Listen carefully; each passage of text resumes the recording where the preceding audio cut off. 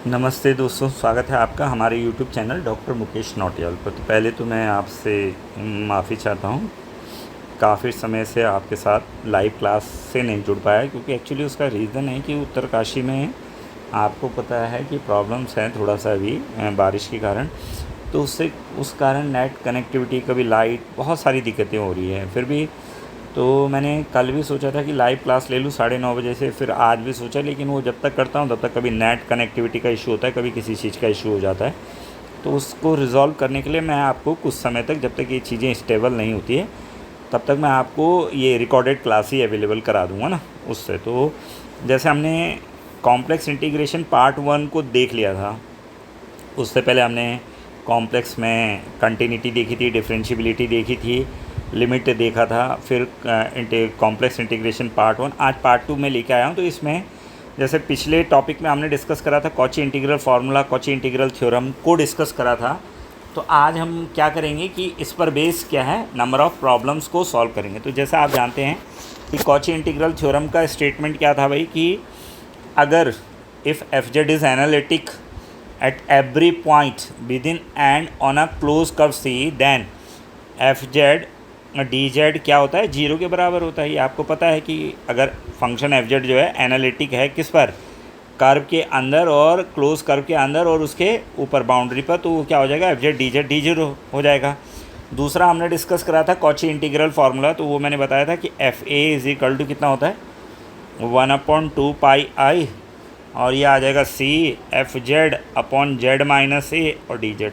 और यहाँ से हमने कहा था कि अगर हमारे पास ये C F Z upon Z minus A D Z है, तो this can be return as 2 pi and this is F of I. A क्या है, ये पॉइंट ऑफ सिंगुलैरिटी है। पॉइंट ऑफ सिंगुलैरिटी है मतलब जहाँ पर फंक्शन क्या नहीं है, एनालिटिक ना हो, जहाँ पर फंक्शन क्या ना हो, एनालिटिक ना हो। ठीक है। फिर मैंने इसमें एक चीज़ और बताई थी कि इसी को एक्सटेंड भी कर सकते हैं आप, इसको क्या कर सकते हैं, एक्सटेंड भी कर सकते हैं। और एक्सटेंड करके ये ऐसा आ जाएगा, जैसे मान लीजिए आपने ये एक आया तो एफ डबल डैश आएगा, तो 2 फैक्टोरियल। जैसे मान लो ये सिंपल है एफ ए, तो ऐसे ही करके अगर हम इसको क्या करें, एफ डैश ए, या इसको इस तरीके से लिखें, एन के लिए लिखें, F N A is equal to हो जाएगा एन फैक्टोरियल अपॉन 2 पाई, और ये हो जाएगा C and this is F Z upon Z minus A की पावर कितना हो जाएगा, n+1 और डी जेड। इस पर भी मैं आज क्या कराऊंगा आपको क्वेश्चन, या इसको भी जर्नलाइज करें तो ये आ जाएगा F Z Z minus A की power n+1 and this is D Z you have, this can be return as, क्या लिखेंगे आप इसको लिखेंगे आप 2 pi upon N factorial, 2 pi upon N factorial, और ये हो जाएगा बॉस आपका एफ एन ए है। तो इस पर क्या करेंगे, पिछले चैप्टर में मैंने ये चीज़ें आपसे डिस्कस करी थी, और इस चैप्टर में हम इन पे क्या करेंगे, प्रॉब्लम डिस्कस करेंगे। ठीक है ना। तो इम्पॉर्टेंट फार्मूले हैं ये, और इसका क्वेश्चन आपको एग्ज़ाम में मिलता है, और बहुत सिंपल क्वेश्चन होता है, आपको पता है जैसे, और ईजी भी होता है। जैसे अब थोड़ा सा मैंने कहा कि पहले हम रिवीजन मोड में चल रहे हैं। इसमें मैंने एक चीज़ और बताई थी आपको, Z minus Z not is equal to R. यहाँ जेड नॉट क्या है, सेंटर ऑफ सर्कल। ये क्या है, इक्वेशन ऑफ अ सर्कल है, और ये सेंटर ऑफ सर्कल। ठीक है, किस में, कॉम्प्लेक्स प्लेन की बात कर रहा हूँ मैं। और आर क्या हो गया, रेडियस हो गया आपका, आर क्या हो गया साहब, रेडियस हो गया। ठीक है, क्लियर है। यहाँ तक सब कुछ हम क्या कर चुके हैं, डिस्कस कर चुके हैं ना। फिर मैंने कुछ प्रॉब्लम भी आपको कराई थी, अगर आपको याद आ रहा होगा तो मैंने कराया था सी जेड स्क्वायर प्लस 5 और दिस इज़ डी जेड। इसको 3 पॉइंट पे कराया था। मैंने कहा था अगर सी क्या हो, mod Z is equal to 1, C is mod Z is equal to 5 या 2 3 कुछ भी हो सकता है। तो ये मैंने बताया था। तो मैंने कहा था कि भाई जैसे ये जेड स्क्वायर प्लस 5 है, तो अगर ये एनालिटिक है कहाँ पर, जो आपको फंक्शन दिया है जेड स्क्वायर प्लस 5, वो हर जगह पर डिफाइन है, ये एनालिटिक है। और जेड इज़ इक्वल टू 1 का मतलब आप जानते हो, इसको लिखेंगे Z minus Z zero is equal to 1। तो यानी इसको लिखेंगे Z minus zero is equal to 1। तो आपका सेंटर कितना हो गया, 0, रेडियस हो गई 1। तो इसको अगर आप ड्रॉ करते हो तो ये ऐसा आएगा, जिसकी रेडियस कितनी है, मान लो 1 यूनिट है ना। तो इसमें आपको पॉइंट ऑफ सिंगुलैरिटी दे ही नहीं रखा कि कहीं पर पॉइंट ऑफ सिंगुलैरिटी है। तो ये पूरा क्या है, एनालिटिक है। पूरे इसके अंदर, पूरे कर्व के अंदर ये फंक्शन क्या है, एनालिटिक है। तो अगर एनालिटिक है तो फिर आप कॉची इंटीग्रल थ्योरम लगाओगे। तो कॉची इंटीग्रल थ्योरम लगाओगे तो कॉची इंटीग्रल थ्योरम क्या कहती है कि अगर ये एनालिटिक है तो इसकी वैल्यू क्या हो जाती है, डायरेक्ट जीरो हो जाती है। तो ये हमारा क्या हो जाएगा, इसकी वैल्यू क्या हो जाएगी, जीरो। तो ये मैंने पिछले वीडियो में थोड़ा सा उसका रिकैप मैं बता रहा हूँ, आप देख लेना, है ना। आज हम कुछ नए क्वेश्चंस करते हैं, इन्हीं से रिलेटेड हैं, किससे, कॉची इंटीग्रल थ्योरम से, कॉची इंटीग्रल फार्मूला, और उसी से रिलेटेड क्वेश्चन है। ये भी कराया था मैंने, इसको भी देख लेना आप। Z square plus 5z plus 6 upon Z minus 2 dz, ये भी मैंने काफ़ी पॉइंट्स पर कराया था। तो आप एक बार इनको क्या कर लेना, मैं चाहूँगा कि आप इनको एक बार देख लेंगे तो आपको चीज़ें क्या है ज़्यादा क्लियर हो जाएंगी, और होनी भी चाहिए क्लियर ना, तभी आपको समझ में आएगा। अब देखो कुछ क्वेश्चन अलग है, ये कुछ अलग टाइप के क्वेश्चन हैं, इनको देखते हैं हम लोग। अब पहले चलो, जैसे ये क्वेश्चन है एक ना, ऑब्जेक्टिव क्वेश्चन है, कम्पिटिटिव एग्ज़ाम में आ रखा है, तो वही बता रहा हूँ मैं आपको। इसको देखो क्या है, क्वेश्चन है हमारे पास। ओके गाइस, ये क्वेश्चन है, the value of the integrals e raise to the power z dz where c is a unit circle mod z is equal to 1। तो mod z is equal to 1, तो इसको standard form में लिखेंगे तो z minus 0 is equal to 1।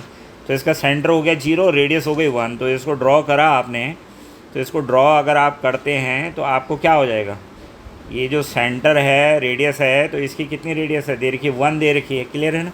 लेकिन आपको सीधा दिख रहा है कि ये जो ई जेड है आपके पास, F Z is equal to E raise to the power Z, ये क्या है, इज़ एन एनालिटिक फंक्शन। ये क्या है, एक एनालिटिक फंक्शन है। कहाँ कहाँ पर, is an analytic function within and on mod Z is equal to 1। इस पूरे कर्व के ऊपर, ये जो है इस पूरे कर्व के अंदर भी और ऊपर भी ये फंक्शन क्या है, एनालिटिक है। क्या, F Z is equal to E Z, जो एनालिटिक है किसके ऊपर, इसी mod Z is equal to 1 दे रखा है ना, तो इसके ऊपर भी और इसके अंदर भी ये क्या है, एनालिटिक है। तो आप सीधी सी बात है, कॉची इंटीग्रल थ्योरम क्या कहती है इस केस में, तो इस केस में कॉची इंटीग्रल थ्योरम कहती है कि भाई अगर कोई फंक्शन एनालिटिक है with in and on a curve, जो दे रखा है आपको कर्व, तो इसकी वैल्यू क्या हो जाती है, जीरो हो जाती है। इसकी वैल्यू क्या हो जाती है, जीरो, क्योंकि यही इसका स्टेटमेंट है, F Z D Z is equal to zero है if F Z is analytic function within and on a curve के ऊपर या उसके अंदर एनालिटिक है थ्रू आउट, तो उसकी वैल्यू क्या हो जाती है, जीरो हो जाती है। तो ये आ गया आपका आंसर। तो करेक्ट आंसर कितना हो गया आपका, जीरो हो गया, ठीक है ना। तो बहुत कठिन क्वेश्चन था नहीं है। तो इस टाइप के क्वेश्चन आते हैं एग्ज़ाम में। अब अगला देखो जरा, अब इस क्वेश्चन को देखो, the value of the integral A की power Z Z minus 1 D Z where C is a circle mod Z is equal to 2, ठीक है ना। क्या वैल्यू होगी, जीरो होगी, 2 पाई आईटा ई और पाई आईटा ई। तो देखो आप, mod Z is equal to 2 आपके पास सर्कल दे रखा है, तो इसको लिखेंगे तो Z minus 0 is equal to 2, centre 0 है और रेडियस कितनी है इसकी, 2 है। तो आपने ड्रॉ करा, तो ये मान लो 1 2 है ना, और यहाँ भी आएगा 1 और 2, 1 और 2, रफ बना लो, कुछ फ़र्क नहीं पड़ता, ऐसे थोड़ा समझाने के लिए बना रहा हूँ। तो ये 2 है साहब रेडियस, है ना। अब आप देखो कर्व क्या दे रखा है आपको, कर्व अगर आप समझें तो कर्व दे रखा है ए की power Z upon Z minus 1 और डी जेड, है ना।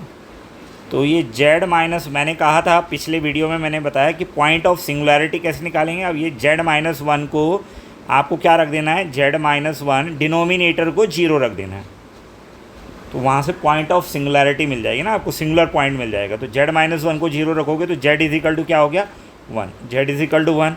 जेड क्या होता है, एक्स प्लस आईटा वाई, तो ये आएगा 1 प्लस 0 आईटा, तो यानी एक्स कॉमा वाई कितना हो जाएगा, 1,0। ये आ गया ना पॉइंट आपके पास, क्या आ गया, 1,0। तो अब 1,0 अगर आ गया, आप समझ रहे हो ना, सिंगुलर पॉइंट निकालने के लिए क्या करते हैं, डिनोमिनेटर को क्या रख देते हैं, 0 रख देते हैं। तो जेड माइनस 1 को 0 रखा तो जेड बराबर 1। तो यहाँ पर जो है वो पॉइंट क्या है, एनालिटिक तो नहीं होगा ना, इस पॉइंट पर कहाँ होगा पॉइंट एनालिटिक, ये तो पॉइंट, इसीलिए तो इसको सिंगुलर पॉइंट बोल रहे हैं। तो जेड इज इक्वल टू 1, तो जेड इज इक्वल टू 1 आ गया, तो जेड इज इक्वल टू होता है X plus iota Y, complex plane की बात चल रही है, तो 1 प्लस 0 आईटा एक्स वाई 1,0 हो गया, ठीक है साहब। अब आप देख सकते हैं 1,0 इसके अंदर आ गया, यहाँ पर है ना ये पॉइंट 1,0 कहाँ है, यहाँ है, और इसकी रेडियस कितनी है, 2 है। तो मैंने पिछले वीडियो में भी बताया था कि आपको ये ध्यान रखना है कि यार जब तक वो चोर आपके घर से बाहर है, कहीं भी घूम रहा है, सड़क पर कहीं भी, तो आपको कोई डरने की ज़रूरत नहीं है। तब तक आपकी वैल्यू क्या आती है, C F Z D Z. तब तक आप कॉची इंटीग्रल थ्योरम लगाते हो और आपकी वैल्यू क्या आ गई, 0 आ गई। क्यों? क्योंकि यहाँ तो आप सुरक्षित हो ना इस एरिया में। अरे आपको इतने एरिया में सुरक्षित रहना है, इतने एरिया में सुरक्षित रहना है। ये एरिया आपका सुरक्षित है और साथ में बाउंड्री भी आपकी सुरक्षित होनी चाहिए। तो बाहर कोई घूम रहा है तो उससे हमें क्या मतलब, तब तक तो हम क्या लगाते हैं, कॉची इंटीग्रल थ्योरम लगाते हैं कि फंक्शन एनालिटिक है अंदर भी और बाउंड्री पर भी, तो C F Z D Z is equal to 0। But अब क्या हुआ इस केस में, देखो आप कि 0.1 मिल गया, यानी वो जो चोर था वो अंदर आ गया साहब। तो मैंने कहा अब तुम्हारे लिए रिस्क है ना, क्योंकि अब घर के अंदर आ गया तो अब क्या करें, अब उसको सॉल्व करना पड़ेगा ना। तो सॉल्व करने के लिए क्या बना है, ऐसे केस में क्या लगाओगे आप, कॉची इंटीग्रल फार्मूला लगाओगे। क्या लगाओगे, कॉची इंटीग्रल फार्मूला। कब लगता है कॉची इंटीग्रल फार्मूला, तब लगता है कॉची इंटीग्रल फार्मूला जब जो आपका सिंगुलर पॉइंट है या तो आपकी बाउंड्री पे घूम रहा है या आपके घर के अंदर आ गया। ठीक है, तो लगा लो भाई। अभी बताया था मैंने क्या होता है Cauchy integral formula, F Z is equal to 1/2πi, और ये देखो C F Z upon Z minus A और डी जेड है ना, यही। अब इसको ऐसा लिखते हैं क्योंकि ये वाला सेक्शन गिवन होता है हमको प्रॉब्लम में, यही तो गिवन होता है। तो इसको हम लिखेंगे F Z upon Z minus A D Z. तो ये क्या, 2πi एफ जेड, यही तो हो रहा है। तो इससे मिला लो इसको, देखो सी एफ जेड अपॉन कितना दे रखा है आपको, e की पावर जेड। एफ जेड की जगह क्या दे रखा है, एफ जेड की जगह दे रखा है आपको e की power Z upon Z minus 1, e की power Z upon Z minus 1 और डी जेड। अरे बॉस कितना दे रखा है डी जेड, तो ये कितना होगा 2πi। और देखो यहाँ पर क्या होता है, ये एफ ए होता है, क्या होता है, एफ ए होता है ना, ये एफ ए अगर हम लें, ये एफ ए होता है, सॉरी ये पॉइंट ए जो सिंगुलैरिटी होता है एफ ए होता है ये। तो F A is equal to 1/2π F Z upon Z minus A D Z. तो ये आता है F Z upon Z minus A, तो ये आता है 2πi और this is F of A. तो यहाँ देखो इसका कंपेयर करो आप, इसका कंपेयर करोगे आप, इसका कंपेयर करोगे तो ये आएगा F Z upon Z minus A और डी जेड। तो भाई ए की जगह पर कौन है, यहाँ पर 1 है। अरे ए की जगह कौन है, 1 है। और एफ जेड की जगह कौन है, ई की पावर जेड। एफ जेड की जगह कौन है, ई की पावर जेड। तो ये होता है 2πi एफ ए। तो जब एफ जेड आपके पास ई की पावर जेड है और ए कितना है, 1 है, तो F1 निकाल लो, एफ ए निकालना है ना। अरे वैल्यू में 2πi एफ ए, तो ए की जगह 1 रखोगे तो ई की पावर 1, ई आ जाएगा, कितना आ जाएगा, ई। तो यहाँ इसका वैल्यू कितना हो जाएगा, सी ई की power Z upon Z minus 1 और डी जेड। तो ये होता है 2πi एफ ऑफ 1, क्योंकि ए की जगह 1 दे रखा है। तो 2πi आइटा और F1 हमने निकाल दिया, दैट इज़ ई। तो ये आ गया 2πi ई और आइटा, ये आपका क्या हो गया, that is answer 2πi E eta. देख लो अगर है तो ठीक है, 2πi ई आइटा। तो ये वाला आंसर आपका क्या हो गया, that is 2πi eta into E. Clear है, बहुत सिंपल क्वेश्चन होते हैं, बच्चे कंफ्यूज हो जाते हैं पेपर में इनको देख के ना, तो इतने कठिन होते नहीं हैं। पहले भी मैंने वीडियो बना रखा है, मैंने कहा ना मेरे चैनल में लगभग आपको बहुत सिलेबस है, थोड़ा सर्च करना पड़ेगा, प्लेलिस्ट में जाना पड़ेगा, कॉम्प्लेक्स, एब्स्ट्रैक्ट अलजेब्रा। तो अभी मैं पूरा पॉलिटेक्निक का सिलेबस भी करा रहा था ऑनलाइन, तो बीच में कोई डिस्टर्बेंस हो गया तो लाइव क्लासेस नहीं हो सकी, और अब या तो और दिक्कत हो रही है। सोच रहा था मैं कि 10 तारीख से शुरू कर दूंगा, तो देखा तो आपने धराली में उत्तरकाशी में प्रॉब्लम हो गया, आपदा आ गई, तो इसलिए थोड़ा सा यहाँ उत्तरकाशी में डिस्टर्बेंस हो रखा है। तो कोई बात नहीं, अब लाइव नहीं जब तक चलती है तब तक मैं आपको रिकॉर्डेड क्लासेस अवेलेबल करवाता रहूँगा।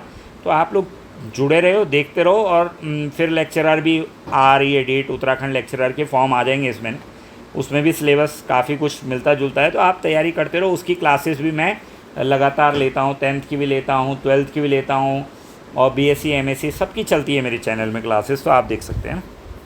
क्लियर हो गया, तो ये आ गया नेक्स्ट। अब अगला क्वेश्चन देख।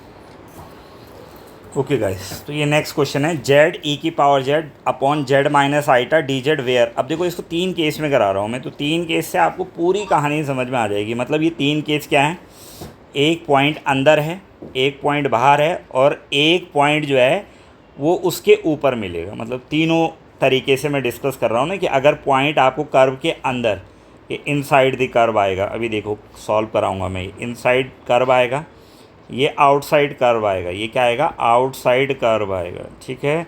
और ये ऑन दी कर्व आएगा, ये क्या आएगा, ऑन दी कर्व आएगा। तो क्या ये तीन ही बातें हो सकती है ना, अरे बात तीन ही हो सकती है, या तो ये जो सिंगुलर पॉइंट है ये आपको अंदर मिल जाए कर्व के, या तो ये सिंगुलर पॉइंट आपको कर्व के बाहर मिल जाए, या तो ये सिंगुलर पॉइंट आपको कर्व के ऊपर मिल जाए। इसके अलावा तो कुछ नहीं हो सकता ना, या तो अंदर मिल जाए, बाहर मिल जाए, या ऊपर मिल जाए। तो क्या होगा, तीनों केस को डिस्कस कर लेते हैं। ध्यान से देख लेना, अच्छा क्वेश्चन है, तो इस एक क्वेश्चन से आपको बहुत सारे क्वेश्चन में मदद मिल जाएगी, ठीक है। अभी 2-3 क्वेश्चन मैंने और कराने, तो आप पूरे वीडियो को लास्ट तक देखना, आपको काफ़ी हेल्पफुल वीडियो है for competitive exam, even for the student those they are doing BSc MSc as well as कोई भी अदर कोर्स आप कर रहे हो जहाँ कॉम्प्लेक्स एनालिसिस पढ़ाई जाती है।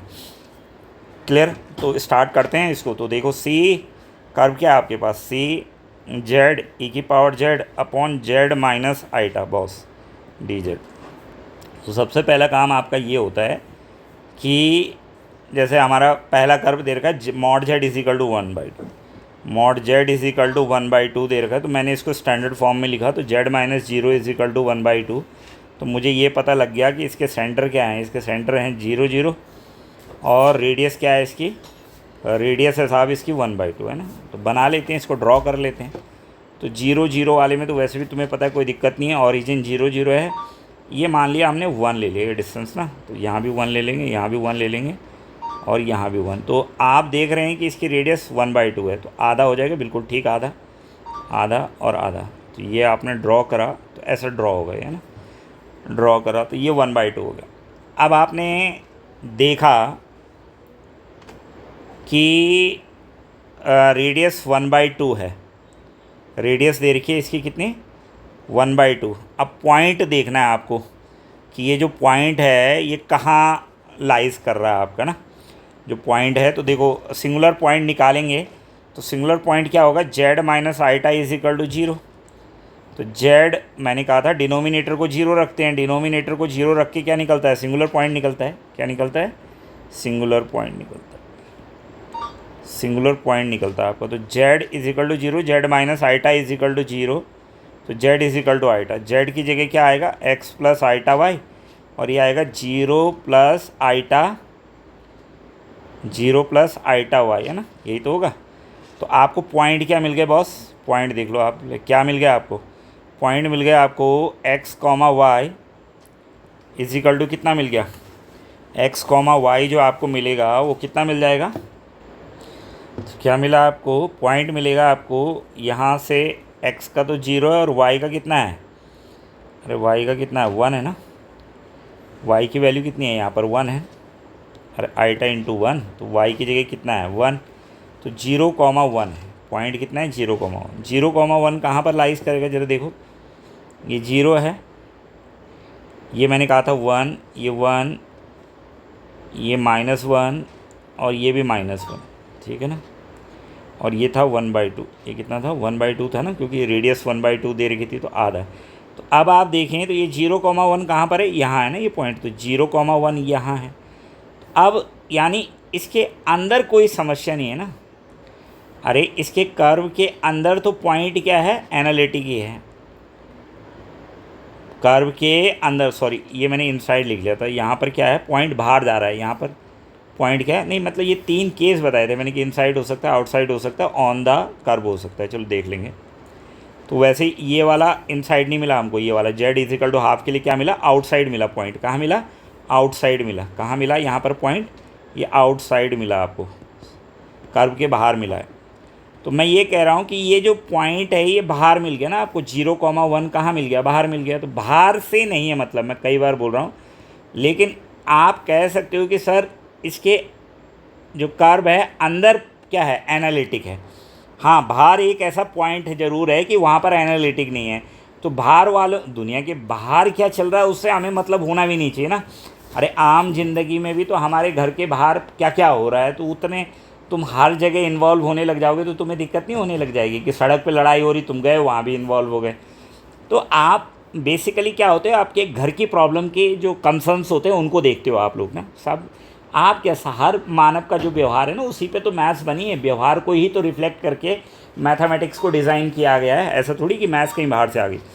तो ये 0 1 जो है ये तो बाहर घूम रहा है, तो कोई दिक्कत नहीं है, बाहर घूम रहा है, तो इसका मतलब कर्व अंदर और इस सर्कल के ऊपर ये इतने पॉइंट पर क्या है, फंक्शन एनालिटिक है।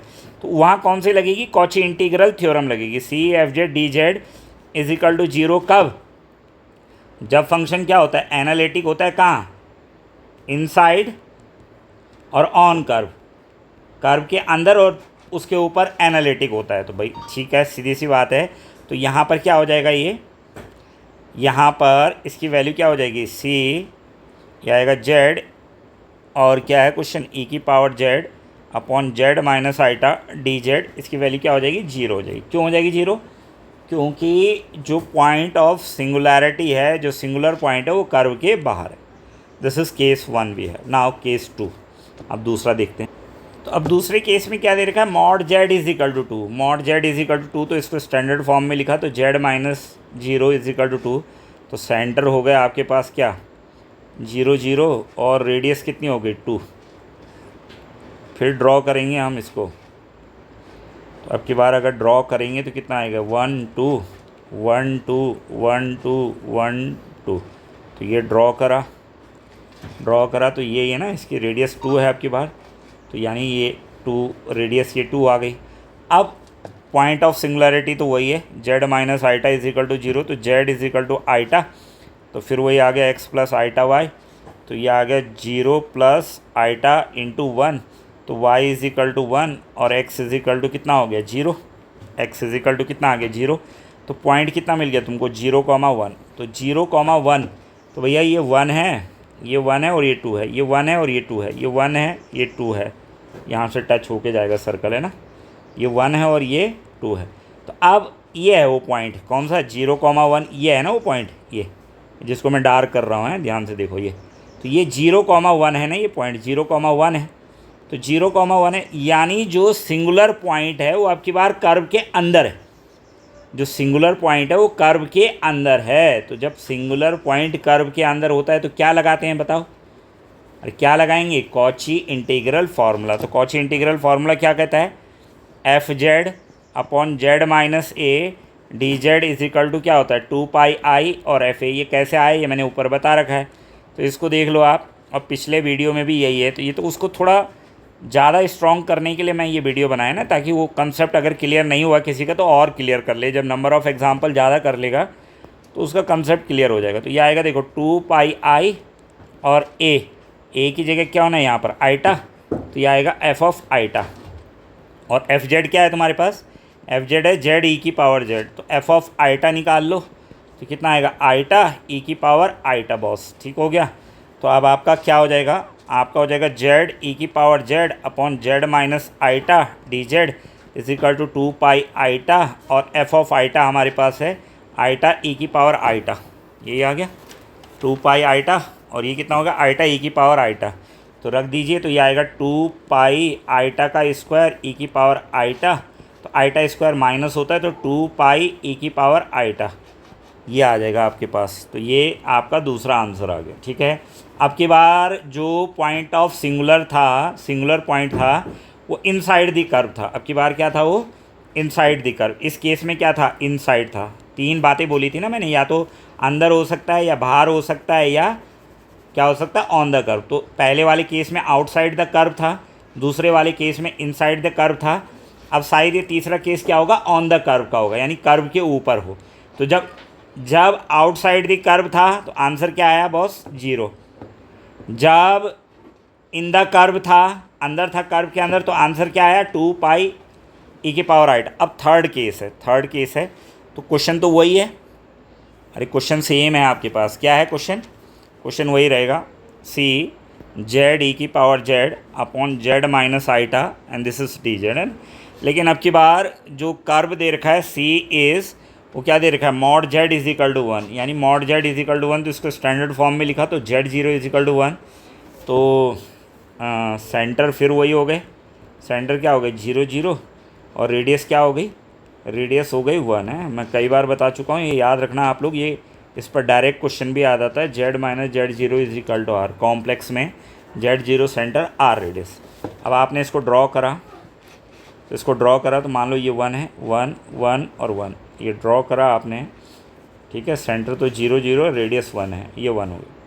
फिर हमारे पास पॉइंट क्या है, Z minus iota is equal to singular point, तो Z is equal to iota, तो ये आ गया एक्स प्लस आइटा वाई, तो 0 प्लस आइटा इंटू 1, तो एक्स कॉमा वाई आ गया कितना, 0 कॉमा 1 आ गया, है ना। तो 0 कॉमा 1 आ गया, तो देखो जो सिंगुलर पॉइंट है वो कर्व के ऊपर यहाँ पर आएगा ना 0 कॉमा 1, यही तो है 0 कॉमा 1। तो 0 कॉमा 1 किसके ऊपर आ गया बॉस, कर्व के ऊपर आ गया। आप लोग ध्यान से देख रहे होंगे, समझ भी रहे होंगे और आपको समझ में भी आ रहा होगा। अगर आपको कोई डाउट है कहीं पर है तो आप कमेंट बॉक्स में कमेंट कर सकते हैं, और नहीं तो मैंने कहा मुझे आप 9897544379 पर पूछ सकते हैं। अगर आपकी कोई बहुत ज़्यादा सीरियस इशू है या कुछ ऐसा है, मेरे को टाइम कम ही लगता है वैसे। और बाकी मैंने कहा अगर आपको पेड कोर्स से ज्वाइन करना है तो आप ज्वाइन कर लीजिए। 20-21 तारीख से उत्तराखंड लेक्चरर का कोर्स मैं शुरू कर रहा हूँ, तो उसको ज्वाइन करना है तो आप कर सकते हैं। यूपी टीजीटी पीजीटी का भी कोर्स अगर आपको ज्वाइन करना है तो वो भी आप मेरे से कर सकते हैं। यूपी टीजीटी मैथ्स की पोस्ट आ रही है और पीजीटी की शायद आ गई है आज, तो उसका भी मैं बहुत जल्दी डिटेल नोटिफिकेशन आपको प्रोवाइड करवा दूँगा, है ना। तो उसके लिए भी अगर आपको लाइव क्लासेस से जुड़ना है, रिकॉर्डेड क्लासेस चाहिए किसी की भी, पूरे कोर्स की, मैथ्स से रिलेटेड किसी भी कोर्स की अगर आपको रिकॉर्डेड क्लास चाहिए, पीडीएफ चाहिए, आपको एमसीक्यू चाहिए डिफरेंट चैप्टर वाइज, तो सब आपको अवेलेबल हो जाएगा। आपको मुझे इस नंबर पर या इस नंबर पर क्या करना है, 9458156698, डॉक्टर मुकेश नौटियाल, ये मेरा नंबर है, इस पर आप मुझसे कांटेक्ट कर सकते हैं, ठीक है। अब आ जाओ, तो ये 0 1 कहाँ है, ये कर्व के ऊपर है साहब, कर्व के ऊपर है। तो मैंने क्या कहा, या तो आपको कर्व के अंदर भी एनालिटिक होना चाहिए और यहाँ भी क्या होना चाहिए, एनालिटिक होना चाहिए ना, सीधी सी बात है। तो मैंने कहा आप देखो खतरा आपकी बाउंड्री पे घूम रहा है, घर की बाउंड्री पे खतरा घूम रहा है, तो वो खतरा अगर घर की बाउंड्री पे घूम रहा है तो आपको अलर्ट हो जाना चाहिए। अरे देखा होगा शहरों में लोग डॉगी पालते हैं, तो इसीलिए तो पालते हैं, जैसे देखते हैं कोई आ रहा है वो भौंकने लगता है। क्लियर है। तो कहने का मतलब है जो बाउंड्री की रक्षा करने के लिए रखते हो ना आप लोग उसको, तो क्या है कि अब ये खतरा आपकी बाउंड्री पे आ गया, तो भाई बाउंड्री पे आ गया तो आप फिर अलर्ट हो गए, क्योंकि सिंगुलर पॉइंट आपको कहाँ मिल गया, बाउंड्री पे मिल गया। तो जब सिंगुलर पॉइंट बाउंड्री पर मिले या बाउंड्री के अंदर मिले तो क्या लगता है, कॉची इंटीग्रल फार्मूला लगता है। तो लगा दो। तो कॉची इंटीग्रल फार्मूला क्या कहता है भाई, कॉची इंटीग्रल फार्मूला कहता है F Z upon Z minus A D Z. Bar bar repeat इसलिए करता हूँ ताकि आपको ध्यान में आ जाए, और हर चीज़ को जब किसी चीज़ को बार बार लिखते हैं तो वो फिर ध्यान में रहती है। तो ये क्वेश्चन है हमारे पास, ये क्वेश्चन क्या है, जेड ई की power Z upon Z minus eta और डी जेड। तो ये भी हो जाएगा, देखो 2 pi eta, F of A की जगह क्या है, आइटा है। अरे ए कितना है यहाँ, ए इज इक्वल टू आइटा दे ही रखा है, ए इज इक्वल टू आइटा दे रखा है। एफ जेड क्या दे रखा है, एफ जेड उन्होंने दे ही रखा है कितना, जेड ई की पावर जेड दे ही रखा है। एफ जेड कितना दे रखा है, जेड ई की पावर जेड। तो आप एफ ऑफ आइटा निकालेंगे, तो अभी निकाला था थोड़ी देर पहले, आइटा ई की पावर आइटा। ओके बॉस, तो बस रख दो आप। तो ये कितना आ जाएगा, सी जेड ई की power Z upon Z minus eta D Z. तो ये आएगा 2 pi eta, F of eta हो गया हमारे पास आइटा ई की पावर आइटा। तो ये आएगा 2 पाई आइटा स्क्वायर इंटू ई की पावर आइटा। आइटा स्क्वायर कितना होता है, -2 पाई ई की पावर आइटा। तो एक चीज़ नोटिस कर रहे होंगे आप कि जब कर्व के अंदर था तब भी आंसर यही था, यही तो आया था शायद आंसर, है ना, हाँ यही आया था। और जब कर्व के ऊपर है तब भी आंसर यही आ रहा है, जब कर्व के ऊपर है तब भी आंसर यही आ रहा है, ठीक है ना। तो ये भी पॉइंट क्या है, समझने वाला है कि भाई वो जो सिंगुलर पॉइंट है वो डिपेंड करेगा अगर अंदर है वो और कर्व के ऊपर है। तो आप देखो दोनों केस में आपका आंसर क्या आ रहा है, सेम आ रहा है। तो दिस इज़ वेरी इंपॉर्टेंट, ये बहुत इंपॉर्टेंट था क्वेश्चन। इसमें मैंने तीनों केस डिस्कस करने का प्रयास किया। अब नेक्स्ट क्वेश्चन देखते हैं। अब देखो एक अलग वैरायटी के क्वेश्चन, अभी उस पर भी कराना है मैंने आपको, किस पे, FNA वाले पे भी कराने क्वेश्चन है। तो आप वीडियो में बने रहें, 1 घंटे का लगभग बनाएंगे, तो ताकि इसको आज ख़त्म कर देंगे। फिर अगला सिंगुलैरिटी को लेके आऊँगा नेक्स्ट वीडियो में ना, सिंगुलैरिटी डिस्कस करनी है। और लाइव क्लासेस जैसी शुरू होती है तो मैं लाइव क्लासेस भी ले लूँगा। तो आप लोग, मैंने बताया कि उत्तरकाशी में थोड़ा इशू हो रहा है, आप लोगों को सारा सबको पता है, उसलिए थोड़ा सा ये कंसर्न है, तो वो इसलिए लाइव क्लासेस में दिक्कत आ रही नहीं। तो मैं कल शाम को भी लेने वाला था, और आज भी मैंने जैसे ही करा तब तक कभी लाइट चली जाती, कभी इंटरनेट चला जाता है, बड़ी दिक्कत आ रही है। नेक्स्ट क्वेश्चन देखते हैं। तो दिस इज नेक्स्ट क्वेश्चन भी है, find E raise to the power Z और Z minus one Z plus three का whole square D Z where mod Z दे रखा है 3/2। तो मॉड जेड 3/2 का मतलब हो गया Z minus zero is equal to 3/2। तो सेंटर तो फिर इसने आपके लिए बढ़िया कर दिया, सेंटर ज़्यादा कॉम्प्लिकेटेड नहीं दे रहा ये आपको, और आर दे दिया रेडियस 3/2 यानी 1.5 के करीब करीब, है ना, ये दे दिया। अब आपने कर्व ड्रॉ करा बॉस, तो आप कर्व को ड्रॉ करेंगे तो ये मान लो 1 है और ये 2 है, ये 1 है ये 2 है, ये 1 है और ये 2 है, ये 1 है और ये 2 है। तो ये ड्रॉ करेंगे आप तो 1.5 लगभग यहाँ पर आएगा, 1 और 2 के बीच में आएगा ना कहीं पर 1.5। अरे 1.5 लगभग बीच में आएगा, तो ऐसे कर लो, ठीक है, 1 और हाँ थोड़ा सा वैसे बनने पर। चलो ये तो एक मैंने कहा है ना बेस डायग्राम है, कोई स्टैंडर्ड डायग्राम नहीं बना रहा हूँ मैं, बनाना होता तो उसको फिर कंपास कुंपास इतना नहीं, वो तो एक आइडिया देने के लिए आपको। तो 1.5 है। अब पहले इसके सिंगुलर पॉइंट निकाल लेते हैं। तो सिंगुलर पॉइंट के लिए क्या करते हैं, डिनोमिनेटर को 0 रखते हैं, तो जेड माइनस वन और जेड प्लस थ्री का whole square is equal to 0। So Z minus one Z plus three और Z plus three is equal to 0। एक आएगा 1, एक आएगा -3 और एक आएगा -3। ये आ गए साहब आपके पास कितने पॉइंट आ गए, 3 पॉइंट आ गए, 1 -3 और -3 और -3, है ना। ये क्या है आपके पास, ये सिंगुलर पॉइंट आ गए, क्या आ गए, these are the singular point you have. Singular point का मतलब जानते हो ना, जहाँ पर फंक्शन एनालिटिक नहीं होता है। तो भाई सीधी सी बात है, यहाँ पर कैसे एनालिटिक हो जाएगा ना यार, अगर 1 रख दोगे तो ये तो डिनोमिनेटर में 0 आ जाएगा, तो मामला ही ख़त्म हो जाएगा ना। क्लियर है। तो अब अगर आप माइनस देखें, -3 को देखें, अगर ऑब्ज़र्व करें तो देखो मैंने अभी बताया था ना, तो ये कितना था आपका, ये था 1, ये था 2 और 3 लगभग यहाँ मान लेते हैं ना। ये था कितना आपका 1, ये 2 और 3 लगभग यहाँ मान लेते हैं, 1 2 और -3 यहाँ पर आएगा, ऐसे 1 2 और -3 यहाँ पर आएगा। तो अगर आप इनको देखें -3 को, तो ये तो कहाँ जा रहे हैं, ये तो कर्व के बाहर जा रहे हैं, ये तो कहाँ जा रहे हैं, कर्व के बाहर जा रहे हैं। तो ये तो हमें दिक्कत करने वाले नहीं है ना, ये तो कर्व। अरे मैंने कहा सड़क पे कौन घूम रहा है, क्या कर रहा है, कैसा कर रहा, होने दो उसको। आप क्या है, अपनी समस्याओं से कंसर्न करो। अब मान लो तुम उत्तराखंड लेक्चरर की तैयारी कर रहे हो, पॉलिटेक्निक लेक्चरर की, एलटी की तैयारी कर रहे हो, इसकी तैयारी कर रहे हो, और लगे हो आप कि नहीं यार मैं पीसीएस का सिलेबस पढ़ने लगा, तो वहाँ थोड़ी है तुम्हें अभी मतलब ना, अभी जिस चीज़ को निकालना है उससे मतलब है। तो ये तो नहीं, हमारे पॉइंट ऑफ कंसर्न में नहीं है, क्योंकि ये तो बाहर चला गया। लेकिन अगर आप देखें तो आपका जो 1 है, ये z इज इक्वल टू 1, तो ये कहाँ पर लाइज कर रहा है बॉस, 1 कहाँ पर है, ये है ना 1, ये 1 है आपका, ये 1 है यहाँ, ये 1 है यहाँ 1। तो यानी z इज इक्वल टू 1 का मतलब क्या हुआ, z इज इक्वल टू 1 का मतलब है x प्लस आइटा वाई, तो 1 प्लस आइटा इंटू 0, है ना। तो x कॉमा वाई क्या हो जाएगा, ये हो जाएगा 1,0।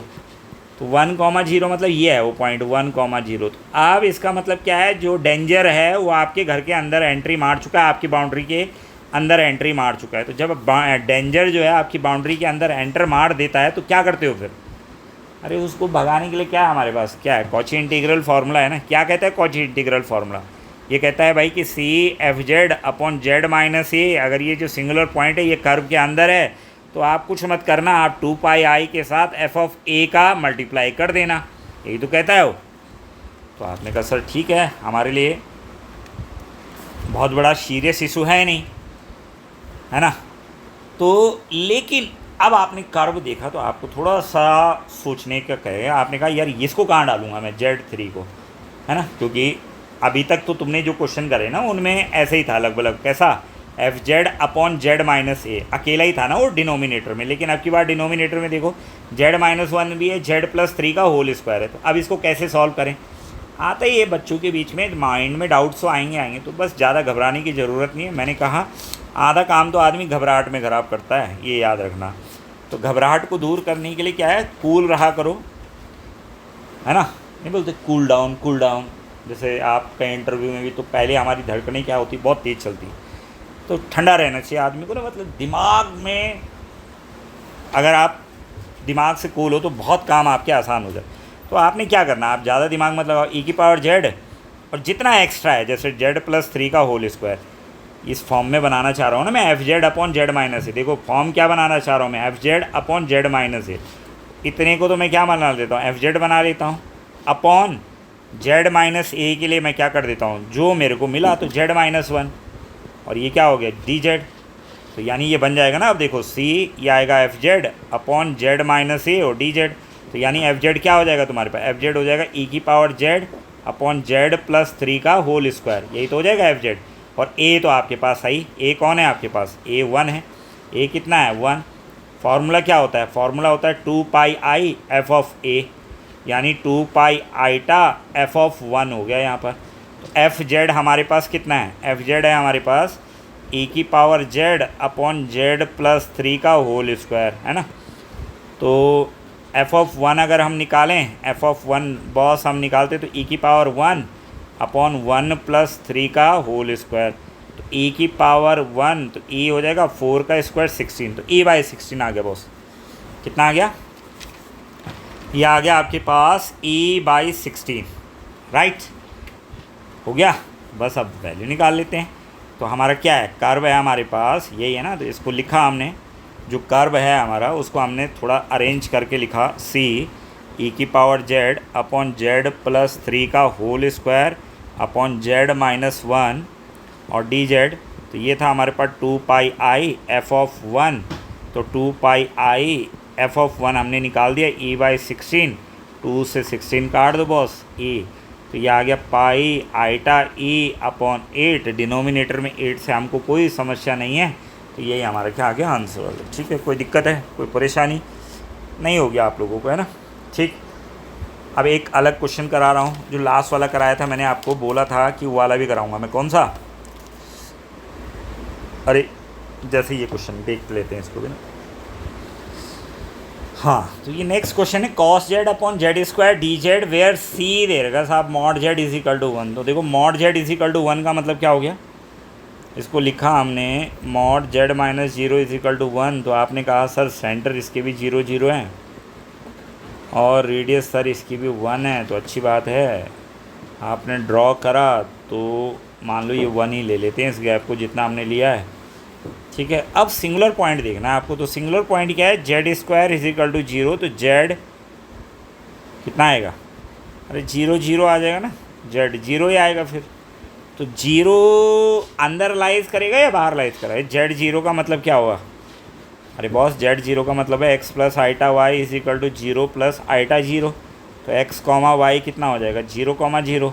यही तो है 0 कॉमा 0, तो ऑरिजिन है। तो कर्व के अंदर हो ना आप, यानी सिंगुलर पॉइंट कहाँ है तुम्हारा, ये जो सिंगुलर पॉइंट है ये कर्व के अंदर आ गया। चोर जो है आपके घर के अंदर घुस चुका है साहब, है ना।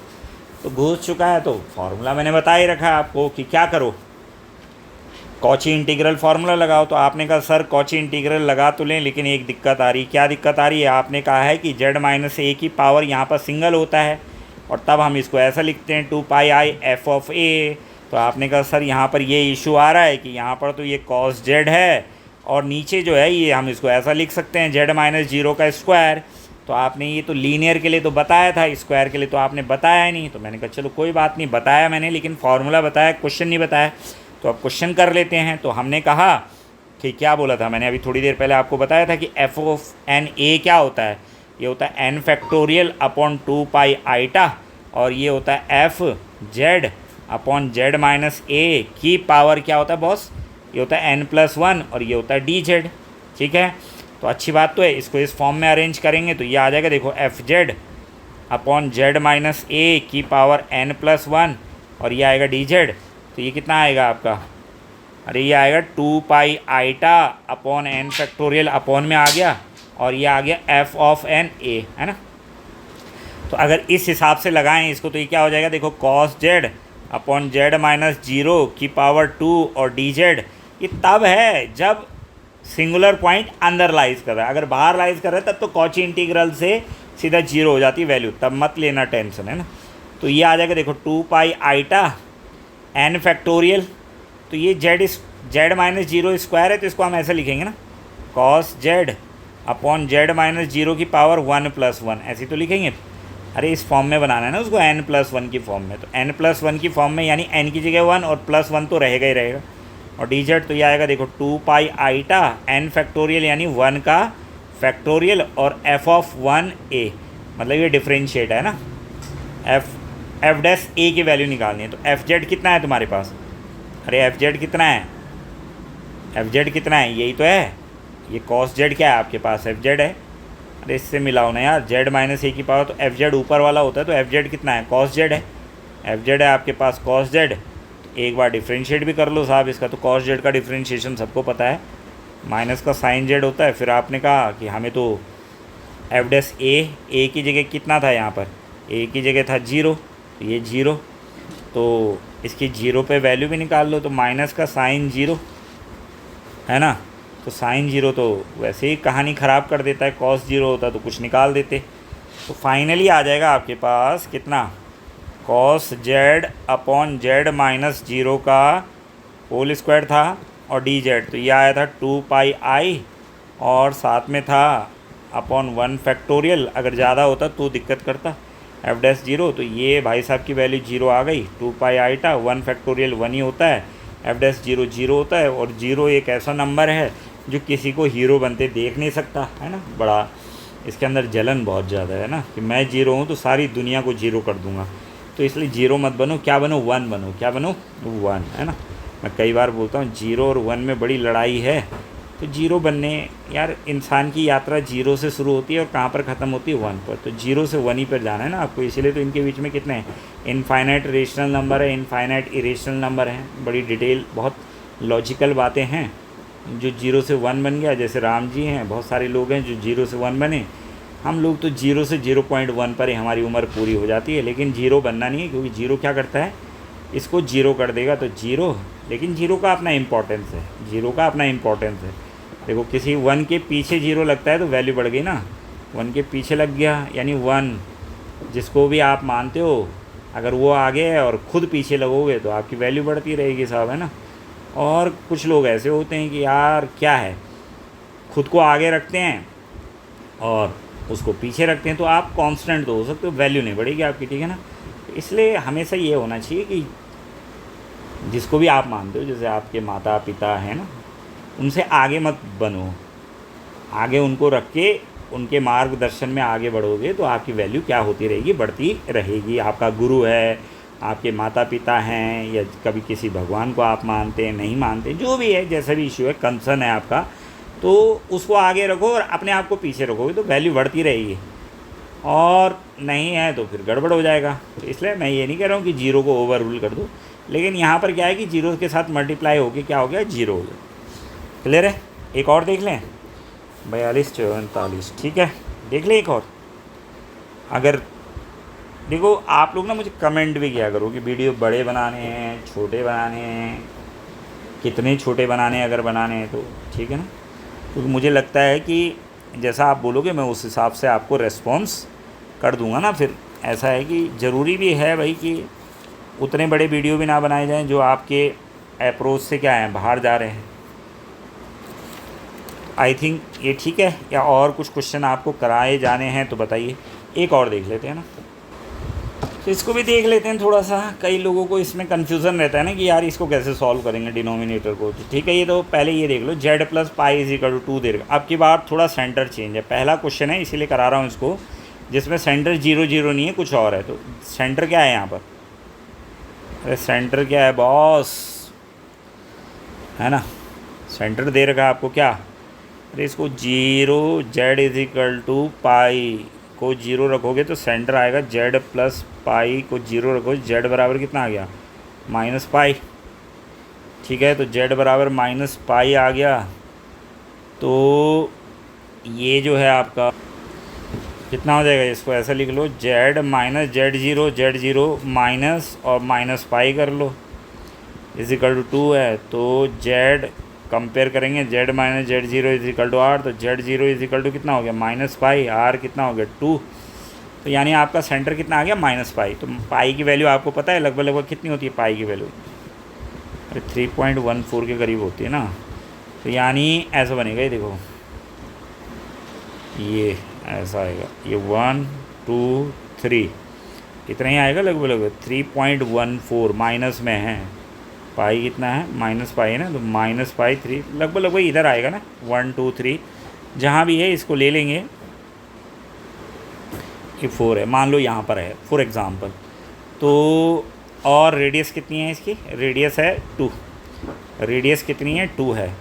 तो मतलब रेडियस 2 का मतलब समझ रहे हो ना, सेंटर से 2 इधर और 2 इधर, क्यों ऐसे ही तो जाएगा ना ये, अरे सेंटर से 2 इधर 2 इधर, तो मतलब लगभग लगभग ऐसा बन जाएगा ना ये, कैसा, तो ये हो जाएगा इतना, लगभग इतना इतना, चलो रफ़ ही बना रहे हैं, तो ये ऐसे करके कुछ बनेगा, ठीक हो गया। तो ऐसा बन जाएगा आपके पास सर्कल। तो क्योंकि ये 3.14 था, तो यहाँ से फिर 2 इधर देखना है लेफ़्ट साइड और 2 राइट साइड में देखना है, तो वो सेंटर बीच में आता है ना। अब आपको करना क्या है, अब सिंगुलर पॉइंट निकालते हैं। तो ये हमने कर्व तो बना लिया, अब सिंगुलर पॉइंट क्या है तुम्हारे पास, e की power z minus 1 is equal to 0 है, e की power z minus 1 is equal to 0 रखा। अरे सिंगुलर पॉइंट कैसे निकालते हैं, डिनोमिनेटर को 0 रखते हैं, निकाला। e की power z is equal to 1, e की power z is equal to 1 है, तो इसको टेकिंग लॉग बोथ साइड कर दो, लॉग e की power z is equal to log 1 हो गया साहब, है ना। तो ये आएगा आपका z लॉग e, लॉग 1 तो 0 होता है, ये लॉग e 0 नहीं होता। अरे लॉग e का वैल्यू होता है ना, e तो कितना होता है 3.14, तो वो 0 होगा नहीं, तो this can not be equal to 0, but the product of these two is equal to 0। तो आपको पता है ना कि अगर a b 0 है तो 3 संभावनाएं होती हैं, या तो a 0 हो और b 0 ना हो, ऐसा भी हो सकता है a 0 ना हो और b 0 हो तब भी 0 आएगा, और ऐसा भी हो सकता है a 0 हो b 0 हो तब भी आंसर क्या आता है इनका 0 आता है। तो लॉग e 0 नहीं है, लेकिन इन दोनों का प्रोडक्ट 0 है, तो इसका मतलब z को क्या होना पड़ेगा 0। z क्या होता है x plus eta Y is equal to 0 plus eta 0, x comma Y कितना हो जाएगा बॉस, ये हो जाएगा 0 कॉमा 0 हो जाएगा। तो 0 कॉमा 0 का मतलब जो सिंगुलर पॉइंट है वो यहाँ पर है, सिंगुलर पॉइंट जो है वो यहाँ पर है। सिंगुलर पॉइंट का मतलब सिंपल भाषा में वो बोल रहा हूँ कि चोर कहाँ है, घर के अंदर है बाहर, अरे चोर कहाँ पर है, घर के अंदर है बाहर है, ये तो इतना तो एनालिटिक है ना ये, मेरे को तो ये देखना है ना मेरा घर ये है, तो मैं इसके अंदर सेफ़ होना चाहूँ और इसकी बाउंड्री पर भी सेफ़ रहना, मेरी बाउंड्री भी सेफ़ रहनी चाहिए। अब ये कोई बाहर क्या कर रहा है, कैसा कर रहा है, उससे मुझे क्या प्रॉब्लम। तो भैया ये जो 0 0 है, क्योंकि जो सिंगुलर पॉइंट है वो क्या है 0 0 है, वो तो घर के क्या है बाहर है, अरे वो घर के बाहर है। तो फिर आपको आ जाएगी कॉची इंटीग्रल थ्योरम की याद। कॉची इंटीग्रल थ्योरम क्या कहती है, F Z D Z is equal to 0 होता है अगर फंक्शन जो है आपका अंदर और उसके ऊपर पूरा एनालिटिक है, तो बाहर क्या है उससे उसको नहीं मतलब होता। तो यहाँ पर आ गया आपका साइन जेड अपॉन ई की power Z minus 1 D Z. तो बाय कॉची इंटीग्रल थ्योरम, क्या by Cauchy integral theorem, by Cauchy integral theorem से इसकी कहानी ख़त्म और पैसा हजम हो जाएगा साहब, ठीक है। अब एक क्वेश्चन तुम्हारे लिए भी 1 2 क्वेश्चन दे देते हैं, उनको आप ट्राई करना भी चाहिए आपको, जितने ज़्यादा क्वेश्चन करोगे बॉस उतना आपके लिए बेटर है। और फिर मैं बता देता हूँ कि दिस इज़ फॉर यू। और कमेंट में यार एक थोड़ा सा ना आप लोग कमेंट नहीं करते वीडियो में, आजकल के बच्चे बड़े सिलेक्टिव, अरे ये क्या बता रहा है, इससे दुनिया भर की चीज़ें तो हमें दूसरा बताता है, तो थोड़ा अप्रिसिएशन है वो।